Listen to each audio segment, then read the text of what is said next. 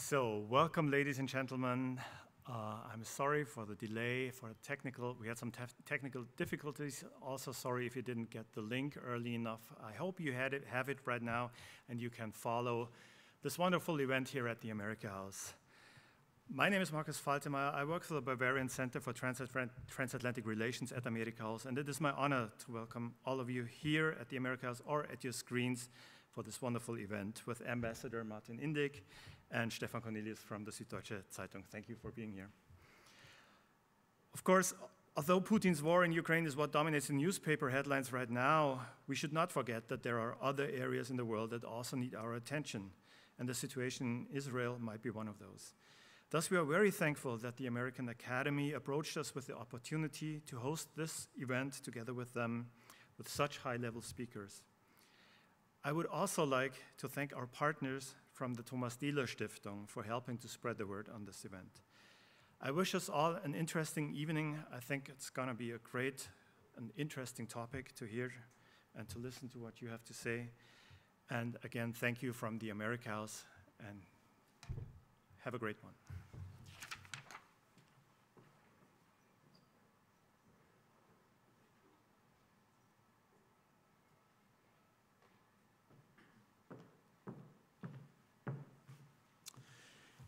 Hello, I'm Daniel Benjamin. I'm the president of the American Academy in Berlin, and I'm delighted to see you here today. And I'm really glad that we at the American Academy could have partnered with amerikahaus to bring Martin Indyk here to Munich. The American Academy stands for strengthening the relations between the United States and Berlin and Germany and Europe more broadly.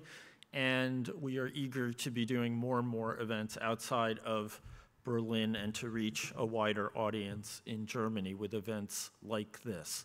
I want to be very brief and just thank again the Thomas Dieler Foundation, the Jüdische Gemeinde, and amerikahaus for its hospitality. I also want to thank our speaker, Martin Indyk, for coming to Munich, and thank Stefan Kornelius for agreeing to engage Martin in conversation, which ought to be a very engaging and pleasant activity. So with that, I'm going to turn it over to you. Thank you, Daniel. Welcome, Martin and my side. Thanks to the amerikahaus and Dieler Foundation for having us here.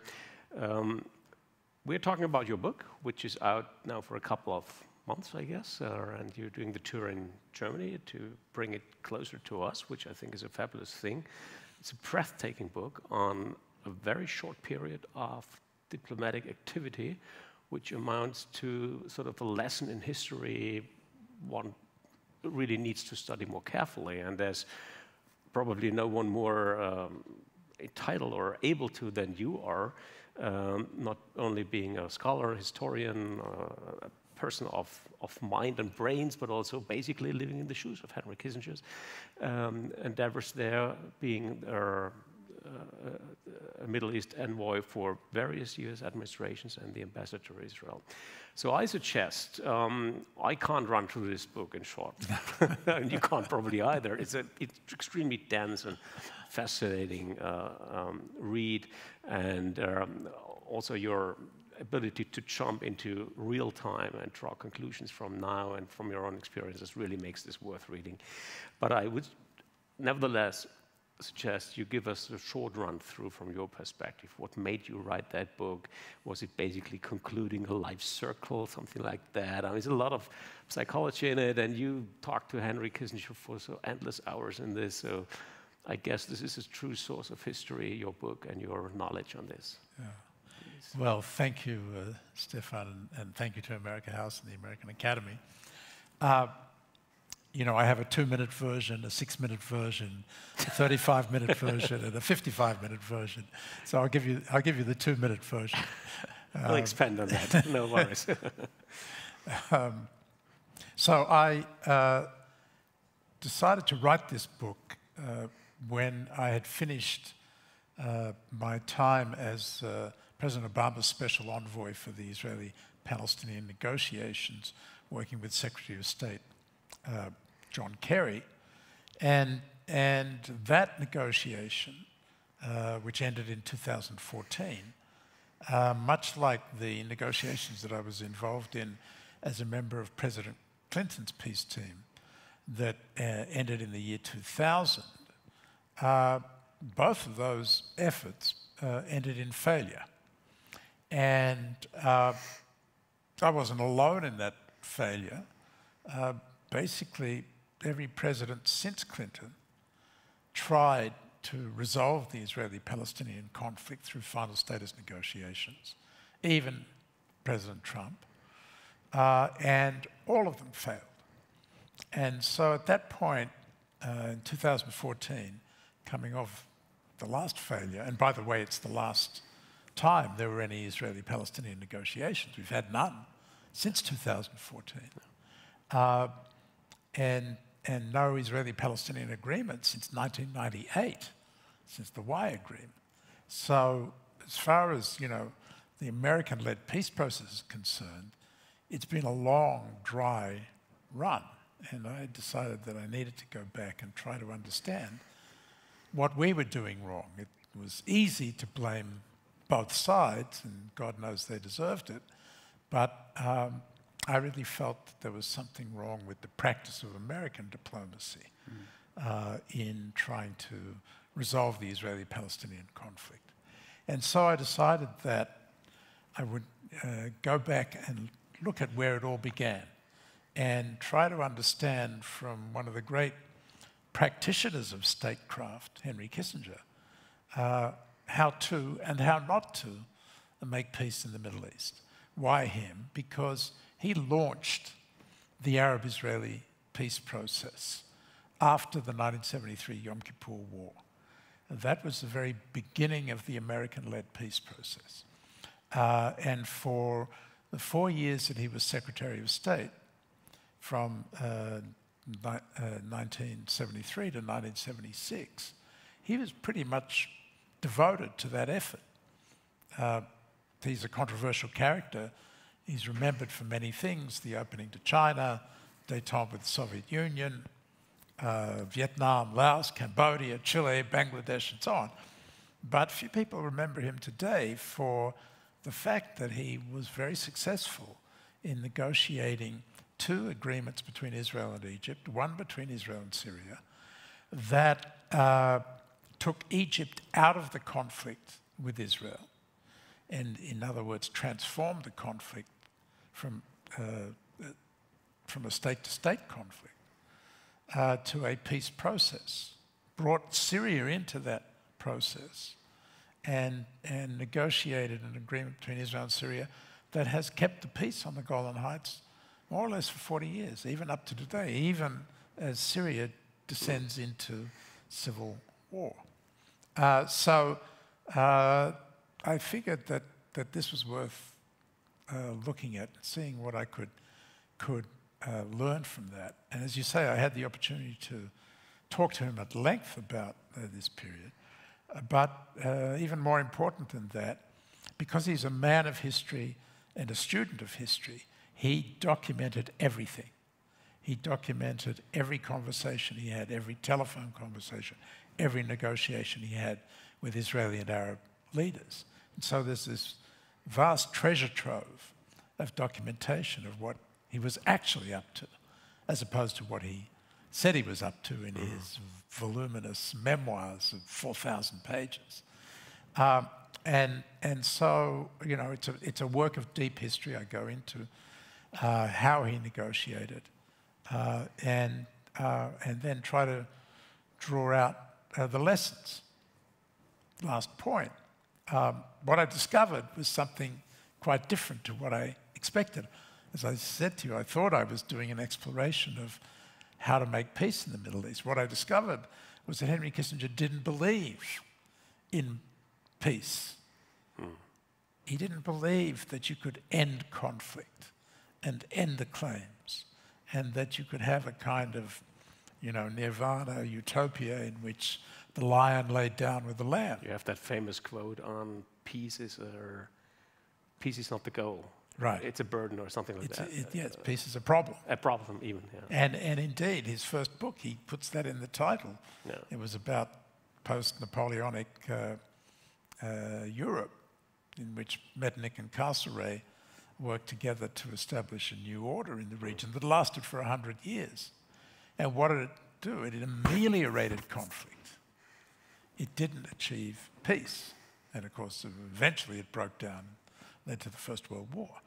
And so what he was about was trying to construct a stable order in the Middle East, one that required a peace process, but one that did not result in peace itself, because he thought that was not achievable, that states were not ready to reconcile, that it would take a long time, and that what was more important was arrangements that stabilized the order, and in particular, to take Egypt out of the conflict, that was a critical element, and to sideline the Soviet Union in the Middle East as a way of taking the superpower sponsor of the radical and revolutionary forces in the region out of the picture. And that's how he stabilized the region. In looking through this vast amount of material, did you discover sort of a line of action Kissinger followed all the time through? Did he have that kind of vision you now put into the nutshell? Did he have that from the very beginning, or did it evolve? Yes, I believe so. And I say that not because he told me that he had this, this model, but because it became very clear that the book that he wrote, which was his doctoral dissertation, about how Metternich and Castlereagh created order after the chaos of the Napoleonic Wars here in Europe, became the model that he applied to the Middle East. Now, you know, in a sense, he sets himself up for this Orientalist critique that, you know, he waited for the right time to engage. I mean, he only engaged after Yom Kippur. Right. So he had a plastic moment Yeah. in which he could take the elements and try to rework them. But the model he used was a European model, and he applied it to the Middle East. He knew nothing about the Middle East. He'd never visited the Arab world. He'd visited Israel 6 times before he went into government. But before the government and during government, before he became Secretary of State, he'd never visited the Arab world. He had this kind of notion that Arabs were romantics. He regarded Sadat as some character out of the opera Aida. You know, that was an Egyptian based in Egypt. And so he never took them seriously. So here he's a student of European history, taking a European model and applying it to the Middle East. And you would say, you know, how could that possibly work? And yet it did. And it worked for about 40 years. And Nixon didn't even trust him to do this because he was considered to be partisan anyway as a Jew and not knowing the area. How did he overcome that burden? Well, it's interesting because Nixon wanted him to work with him to implement his vision for relations around the world. But he told Kissinger he could not engage in the Middle East because he was Jewish, and therefore he didn't trust him to, you know, serve the American interest rather than the Israeli interest. It was a fairly crude kind of anti-Semitic attitude to his Jewish advisor that he had appointed to advise him. And he says it in his biography. He says as much as what I just said. So Kissinger faced an environment in which he was not only suspect in terms of his loyalties on this issue, but Nixon had ordered him to stay out of it. And for Kissinger, that, you know, was like a red rag to a bull. There's no way that he would accept that. So he engaged in this subterranean warfare with the Secretary of State. They were constantly fighting each other. And eventually, Kissinger succeeded in undermining the Secretary of State to the point where Rogers could no longer be effective in the Middle East. And Nixon got so sick of them arguing all the time that he said to Kissinger, all right, you do it. And so did Rogers actually try after Yom Kippur to take that portfolio back to state and get him engaged himself, or was he out of the game? So what happened was that Kissinger succeeded in around 1972. 1973, Nixon was re-elected, but then Watergate kind of began to sink his presidency. And Kissinger was made Secretary of State, and Rogers left the scene. So Kissinger was now both Secretary of State and National Security Advisor, and therefore had no competition anymore. He was in control. But he had a president who didn't trust him, and he had a State Department that didn't believe in the way that he wanted to approach it. Their approach was basically to impose a settlement on Israel and force it back to the 1967 lines. And Kissinger was absolutely opposed to that. Not because he was against the 1967 lines, but because he believed that an attempt to do so would produce the opposite of peace, would produce war. It was his sense that of this, what he called the paradox of peace, that peace pursued with too much ambition and too much eagerness would actually produce its opposite, that is to say, war. And so that's why he was always very careful to try to approach it in what he called step-by-step diplomacy, incrementally, cautiously, with a very conservative approach. Just take a little piece of territory that Israel would withdraw from, get the Arabs to exchange some security arrangements, and that would stabilize the situation. And then you could build on that to the next step, and then the next step. And his view was that eventually the Arabs would exhaust themselves and reconcile with Israel. And during that time it took for them to exhaust themselves and accept Israel, Israel would be able to strengthen itself, reduce its isolation with the support of the United States, Germany, be strong enough at the point when the Arabs were actually ready to make peace and end their conflict, that Israel would be strong enough to make the ultimate territorial concessions that would lead to the resolution of the conflict. But he didn't expect that to happen in his time in office, even his lifetime. And he imagined this would be, decades before that happened. Did he talk in that process pretty early on these long-term goals, sort of internally with his confidence, or did he only spell that out in later He writings? never spelled it out. He obfuscated it. He was a master of the game. He was a master of obfuscation because he was operating in a hostile environment in Washington. You have some experience of what it's like in Washington and the way in which the Mandarins do battle over policy. And so there he was. He was facing a hostile State Department. He was in charge of it, but the policy people were pursuing a very different approach. And he had a hostile president in Nixon on this issue. Nixon wanted to do a deal with Brezhnev and impose it on the Arabs in Israel. And that was absolutely the opposite of what Kissinger wanted to do. So he was constantly maneuvering, and he could not let them know what he was up to for fear that would undermine his whole effort. So it was done, if you like, surreptitiously. And that's why, in many ways, I call him the master of the game, because he was constantly manipulating everybody to achieve this objective. Going back to the Metternich parallel, what's the most important lesson he took from his early studies and he applied on that situation? I mean, it's not entirely comparable, not at all somehow. I mean, post-Napoleon Europe was quite in a different shape, and nation states had a different role.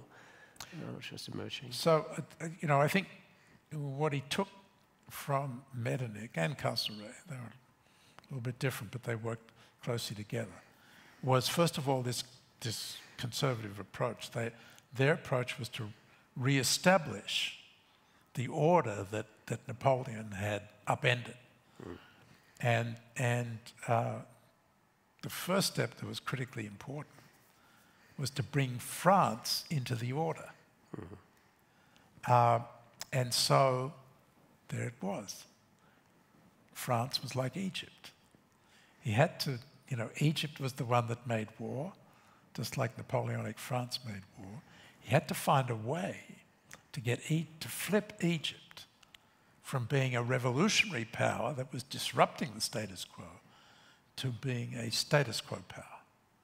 And for that, he needed a legitimizing mechanism that would legitimize the order. And the legitimizing mechanism in the Middle East case was the peace process. Give Egypt a sense that it could address its grievances through making peace under American auspices. And that is the way that you could convert Sadat. And he discovered in his first meeting with Sadat that Sadat was a willing partner in this effort, much like Talleyrand. And he even underestimated him. I mean, you write that his biggest regret is not having read him properly in the beginning, or seeing his peace intentions. Yeah, he underestimated him before the war. Yeah. Before the war, he thought he could basically ignore him. That the balance of power, which was the other element that he brought from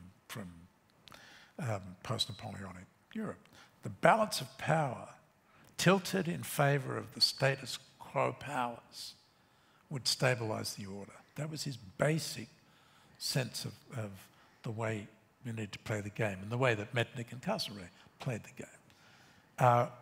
And the balance of power before the 1973 war was one in which Israel, with the support of the United States, had enough military power to deter its Arab neighbors from going to war. The Shah of Iran, supported by the United States, had enough military power to maintain stability in the Gulf. And détente between the United States and the Soviet Union, in which both sides agreed not to exploit the situation in the Middle East for unilateral gain. So essentially he thought he had the Soviet Union on board as well for this stabilizing process. So that's what he thought would be enough. So he didn't care about Sadat. He thought Sadat would threaten to go to war on several occasions. He didn't take him seriously because he thought that if he did, Israel would defeat Egypt and the status quo would be reestablished. It was only when the war broke out and the Egyptians managed to cross the Suez Canal and put Israel very much on the defensive that he recognized that he had a new situation in which he could mold the situation in a way that would be more stable. But the way to make it more stable was to go beyond the balance of power, to have a peace process that would give Egypt and Syria a stake in maintaining the status quo. What made him believe that a process could be the goal in the end? I mean, keeping things like driving a bicycle, if you stop, you fall. Yeah. So you have to have a process and you have to keep it running. But what made him so sure that the process is sort of the utmost achievement he could reach? But why not more? Why not a settlement? Why not basically peace? So it's interesting that how I came upon what I'm describing here in the first place was because every time he would engage with Sadat or Yitzhak Rabin, who was prime minister at the time, the first time, or even Anwar Hafez al-Assad of Syria, they would on occasion, they would say to him, you know, my people are ready for peace, or I'm ready to take the big step, or I'm ready to resolve the conflict. And he would keep on backing them off and saying, no, you know, that's too ambitious, that won't work, that's not worth the paper it's written on. He kept on putting the brakes on. And it was bizarre for me. I couldn't understand why he would do that. But that it was because of this innate caution on his part and his belief that they were not ready. Even if they said they were not ready. So what happens 2 years after he leaves office? Jimmy Carter is president, and he decides to build on what Kissinger has done and go for a peace treaty between Israel and Egypt. 2 years after Kissinger leaves office, not on his 40-year timetable or 100-year timetable, 2 years after, Israel and Egypt make peace. And I asked him in my final interview with him whether he ever regretted not going for the peace. I said, because I could see in their talks with you that they were ready. And he said to me, no, he never regretted it. He was happy it happened, but he never regretted it because he feared that if he pushed it too hard, he would break it. And so in Jimmy Carter's case, you know, the parties were ready. He had to push it hard, but he was able to achieve a lasting peace between Israel and Egypt to this day. Bill Clinton, and I was a member of Clinton's peace team, under Barack's influence in the year 2000, dragged Arafat to Camp David to try to resolve the conflict, and instead we broke it. The famous dance on the door, at the doorstep, yeah. It ended in failure. And what then happened was the whole thing exploded into the Intifada. Raged for 5 years, thousands killed on both sides and injured. And the whole edifice of peace that we'd worked for 8 years to construct, and the trust between the leaders and between the people was completely destroyed. And we've never been able to overcome that setback. So, on the one hand, the downside of his caution and incrementalism was he missed the opportunity to make peace. And I argue in the book that earlier on, he missed the opportunity to avoid war for that reason. But on the other hand, you know, he was right. We proved him right in his caution that peace pursued with too much ambition and passion could end up in the opposite. And that's what we got. I'll come back to the sort of to real-time politics in a second, but just one final theme I want to touch on sort of opportunities missed or miscalculations, and that now is sort of regards the Jordanian role and the ability of Jordan to get a bigger stake in the Palestinian issue and probably to avoid the West Bank situation at all. How did his judgment over that evolve, and where did he take the wrong exit? So again, because Kissinger was 19th century European man,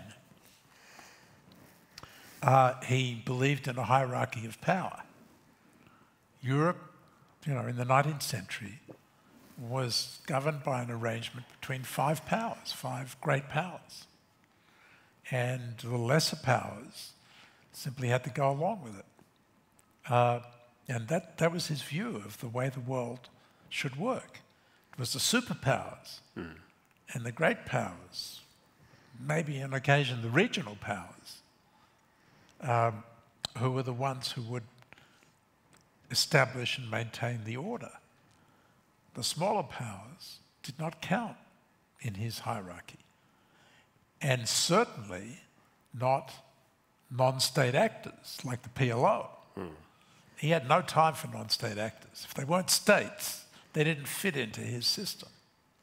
So at that time, the PLO was trying to overthrow the King of Jordan, was killing American diplomats in Sudan, was blowing up American aircraft in terrorist acts.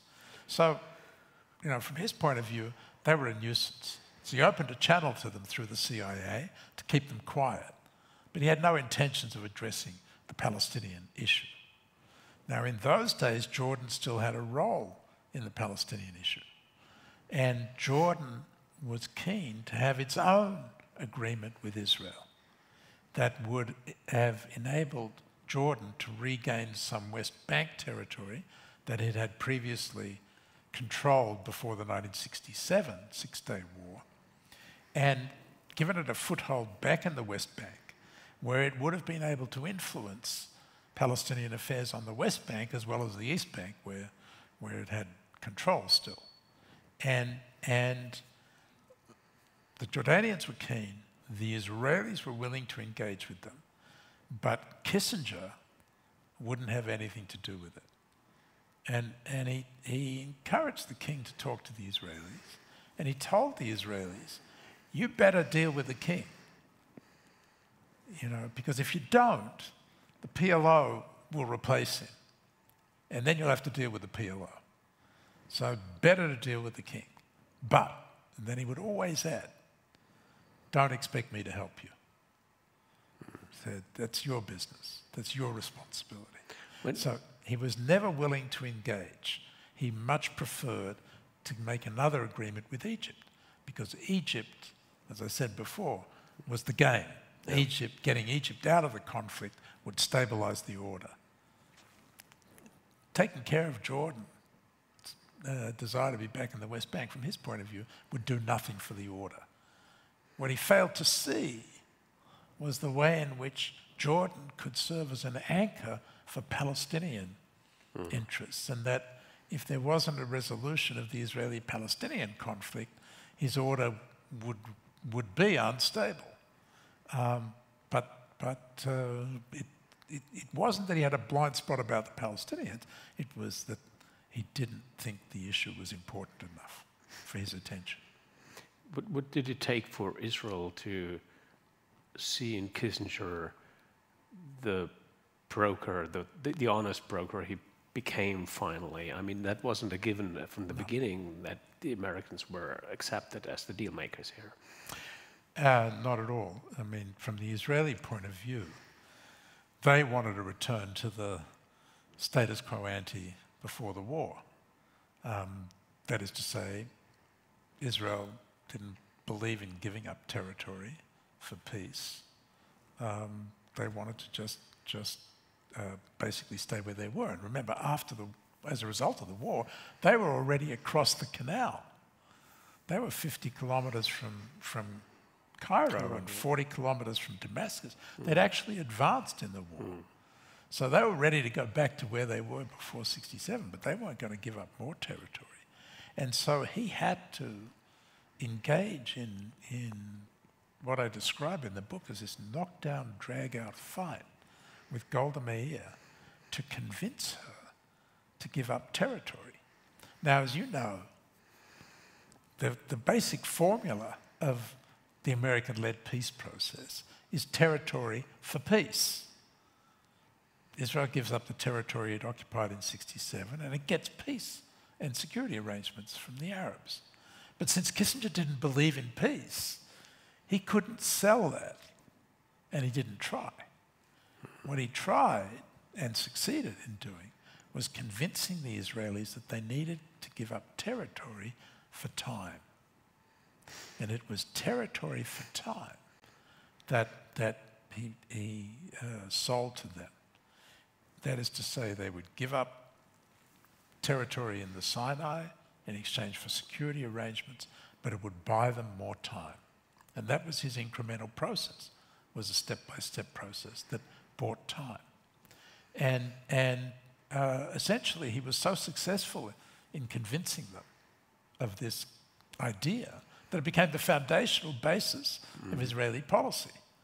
And you can see they gave up the Sinai to keep the West Bank. They gave up Gaza to keep the West Bank. They gave up some of the Golan Heights to stabilize the situation there and buy them enough time to maintain their position on the Golan Heights. It's an extremely and it was time that, just to finish the point, it was time that indeed led Israel to become so strong that it became essentially the strongest power in the Middle East, with relations with the United States, and China, and Russia, and so on. So his vision was partially fulfilled. And he got peace with Egypt, peace with Jordan, stable situation on the Golan. But what he didn't envisage was that Israel would use time to consolidate its grip on the West Bank territory. When Kissinger left office, there were 1,600 settlers. Today there are 460,000 in 131 settlements all over the West Bank. And so now it's almost inconceivable that an Israeli political coalition could form that would be in a position to actually give up the West Bank. And that's not what Kissinger had in mind at all. But that was the cruel irony of the success of his territory for time approach. If you look at the time, I mean, it's 50 years back almost. It's quite a long stretch. It's history. If you look at the methods, the communicational skills, the way people didn't know about the other side. I mean, knowledge wasn't that omnipresent as it is today. It's not constantly talked and tweeted about, and that was a totally different time to negotiate. And you know the real-time negotiation skills which are needed now in this environment we're seeing now. Was this 73 moment, or sort of the period of those negotiations, sort of a specific point in history which is unrepeatable in its idea, or in its sort of the whole mechanism which goes behind it because of the unique circumstances? I recall the scenes you write about the delegations visiting Kissinger in the Caribbean, for example, and watching his cabin and that kind of. I mean, this comes from a different world. You travel half the world to have dinner and talk about the Middle East. That you don't do that anymore. Yeah, of course, it's very different. It's very different. For example, Kissinger spent 30 days out in the Middle East. Yeah. Shuttling between in a row, Damascus and Jerusalem and Cairo and Riyadh. You know, Secretary of State today couldn't possibly devote all of that time to this one problem. Communication is obviously so incredibly different. Did he lie? Sorry. Did he lie purposely? If you talk, I mean, if you could, if he acted as a messenger between those sides. Did he use sort of wrong context to shovel them in different... Well, you know this famous line about a diplomat is an honest man sent abroad to lie for his country. Yeah. That came from 16th century England, I think it was. It was true then and it's true today. You know, everybody's talking about how Lavrov lies. You know, it's made lying a profession, but it's a kind of time-honoured diplomatic profession. You know, part of the reason I named the book Master of the Game was that Kissinger was very good at it. Not so much lying, but telling different things to different people and manipulating them in a very effective way. And if you read the book, you see that, I mean, it's just, at times, it's you shake your head thinking, how did he get away with it? Well, the truth of the matter is he didn't get away with it. The Egyptians and the Israelis knew one way or another that that he was playing them, and they would play him too. But he was still the one, in the end, he was the one who got his way. And partly that was because of his techniques, and partly because he represented the United States of America. and had the power that could be used, and he didn't hesitate to use it to pressure both sides, but particularly the Israelis. And that was different. I describe a situation where he has this confrontation with Yitzhak Rabin, where Rabin, as Prime Minister of Israel, is refusing to agree to the arrangement whereby Israel would have to yield the strategic passes in the Sinai and the strategic oil fields there, in return for some security arrangements from the Egyptians. Rabin wanted at least some element of peace as well. He wanted territory for peace. And Kissinger said, I can't get that, I'm not even going to try to get that. And Rabin said, no deal.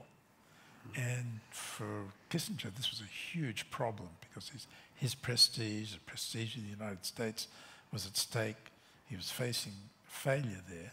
He turned around and he suspended all new arms deliveries to Israel for 4 months. Now, you know enough about the relationship with Israel these days that you wouldn't be able to do it for 4 days, not even 4 minutes, and survive the backlash from Capitol Hill and Israel's supporters in the United States. But he, in those days, he was able to do it. It was a huge battle. But he stood up to Congress and he stood up to the Israelis, and 4 months later, they bent to his will. He would say they were made of tougher stuff in those days, but I just think the political circumstances were just very different. Now, one story which makes the book really exceptional is the tale or the story of that young student who was at a kibbutz during the Yom Kippur War, and that was you, seeing the planes flying, and basically being infected by the virus, which has followed you your entire life. That's true. And you walked in his steps, you slept in the same hotel suites, you had the same conference rooms, I guess, spending your life in. And you wrote that book to learn something about what went wrong or what wasn't achievable anymore. So what's your lesson for now? Yeah. What is it? What we miss? What we can't do anymore? So, during my time, in one way or another, in one position or another, advising President Clinton in the White House or as his ambassador to Israel, I really believed that we could achieve an end of conflict, comprehensive peace. In fact, the first thing that I told President Clinton in our first meeting, just after he'd been elected president, was, Mr. President, if you put your mind to it, you could get 4 peace agreements in your first term, and we could end the Arab-Israeli conflict. That's what I said to him. And after this intellectual journey into the history books and into the documents, I come to think, what was I thinking? I mean, it's true that the circumstances looked like they were ripe for that kind of approach. But in reality, neither I, nor Clinton, nor any of the people involved in all of those years, up to the present, none of us knew Kissinger's caution. None of us knew about this idea of incrementalism, partly because he didn't teach it. He didn't write about it. He didn't explain it. And so now, to answer your question, now we look at a situation where it's impossible to try to get the parties back to negotiate a final status deal, what we were constantly trying to do and failing at. Because we've kind of run it into the ground at this point. Nobody, even the Europeans, are suggesting that we should have a final status negotiation. Not even Abu Mazen, the Palestinian leader, who normally advocates for that and only that. And that's because you've got a situation now in which, on the Israeli side, the government is composed of right-wing parties who are opposed to a Palestinian state and left-wing parties who support it. So they don't agree on what the outcome should be. And on the Palestinian side, you've got the Palestinian Authority that supports a two-state solution, and Hamas that opposes it and wants a one-state solution, basically the elimination of Israel. So what are you supposed to do if you're an American diplomat trying to resurrect the peace process? I say, let's go back to an incremental, step-by-step approach. And the interesting thing is, you know, I described to you this confrontation between Rabin and Kissinger over the step that Kissinger wanted Rabin to take. Yet when Rabin came to dealing with the Palestinian problem in his second time as Prime Minister, back in 1993, what did he do? The Oslo process was an incremental, step-by-step process.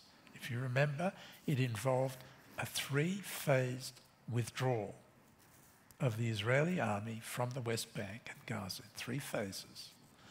There was nothing about what the outcome should be, the final outcome.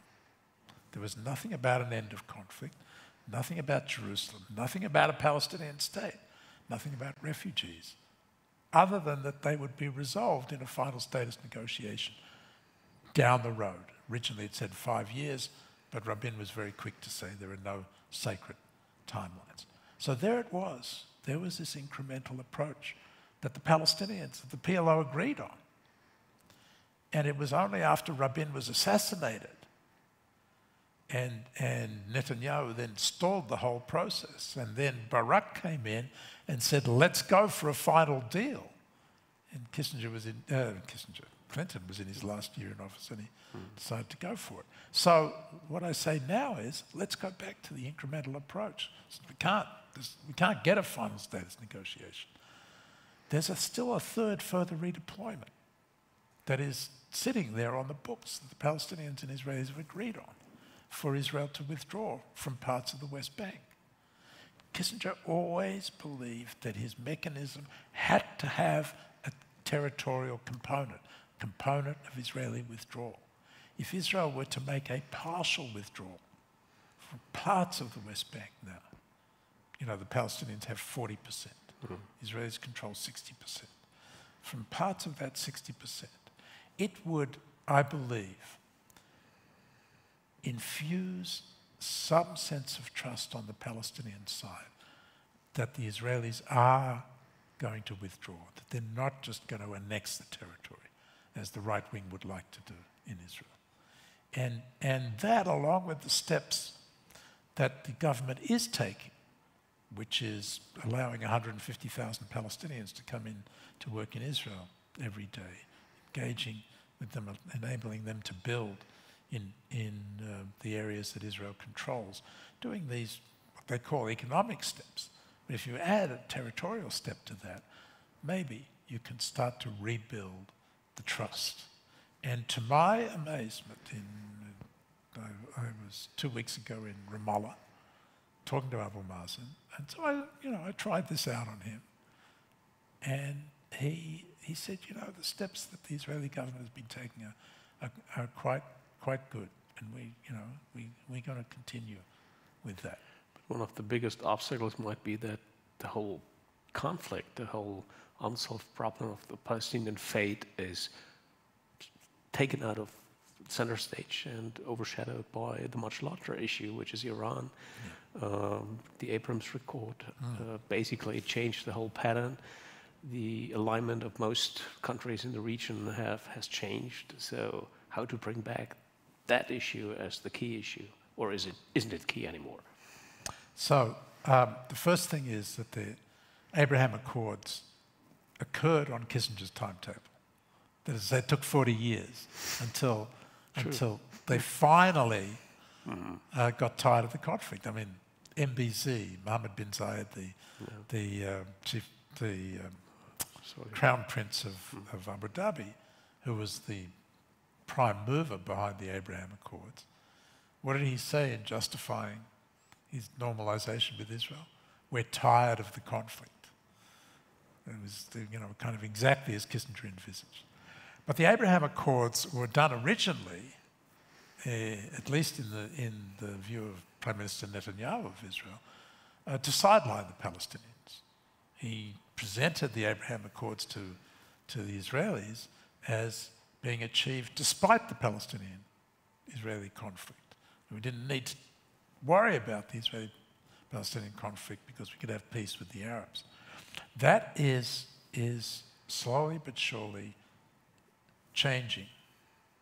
And it's changing for a number of reasons.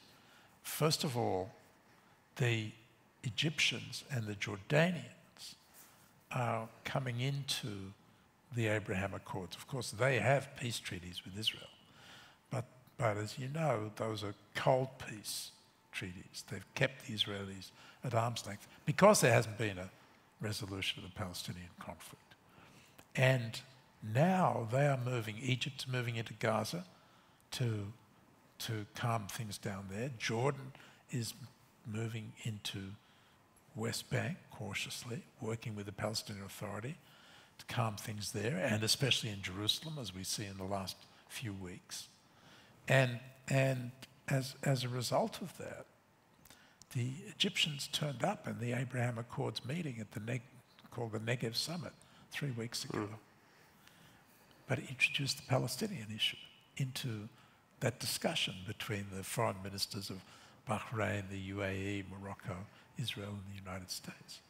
And so, therefore, as the Abraham Accords grows and takes root, you see the Egyptians and Jordanians becoming part of that, becoming part of what is in effect an anti-Iran coalition, but also reintroducing the Palestinian issue. And the Israelis, the Israeli government now, which is not Netanyahu, are saying, we know we have to bring the Palestinian into this. Not just because you can see the way that the conflict is so raw in what's been going on in Jerusalem in the last couple of weeks, but also because they want Saudi Arabia as part of the Abraham Accords. They want normalization with Saudi Arabia. And they've come to accept that they can't get this crown jewel unless there's progress on the Palestinian issue.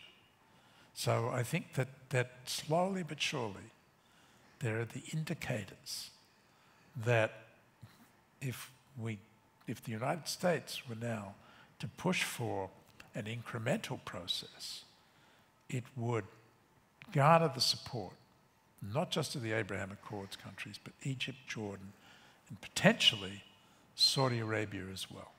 And that would be not in spite of the Palestinians, but in a way to help move the Palestinian issue forward.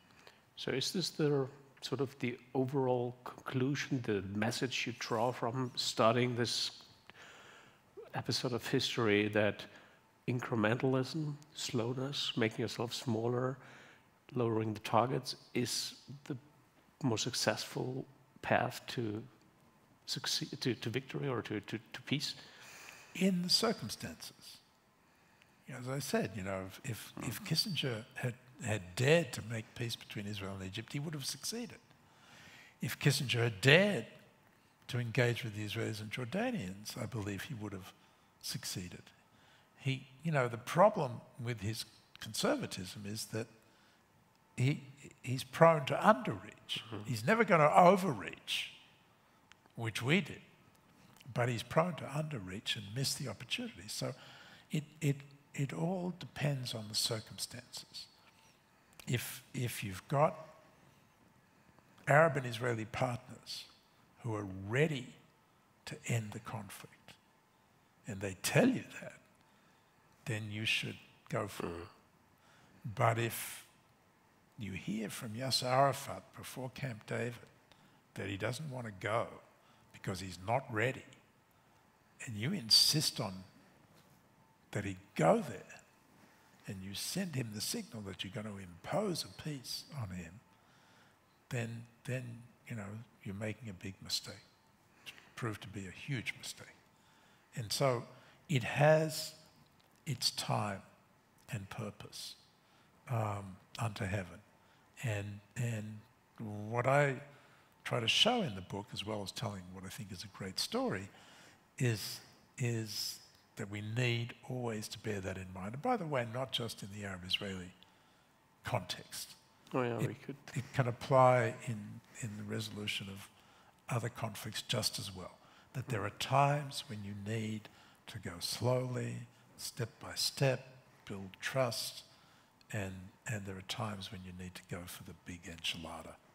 Depending on the circumstances. Exactly. A very Kissinger-esque answer. Thank you, Martin Indyk. Thanks a lot. We could go on for hours, but that's great. Thank you.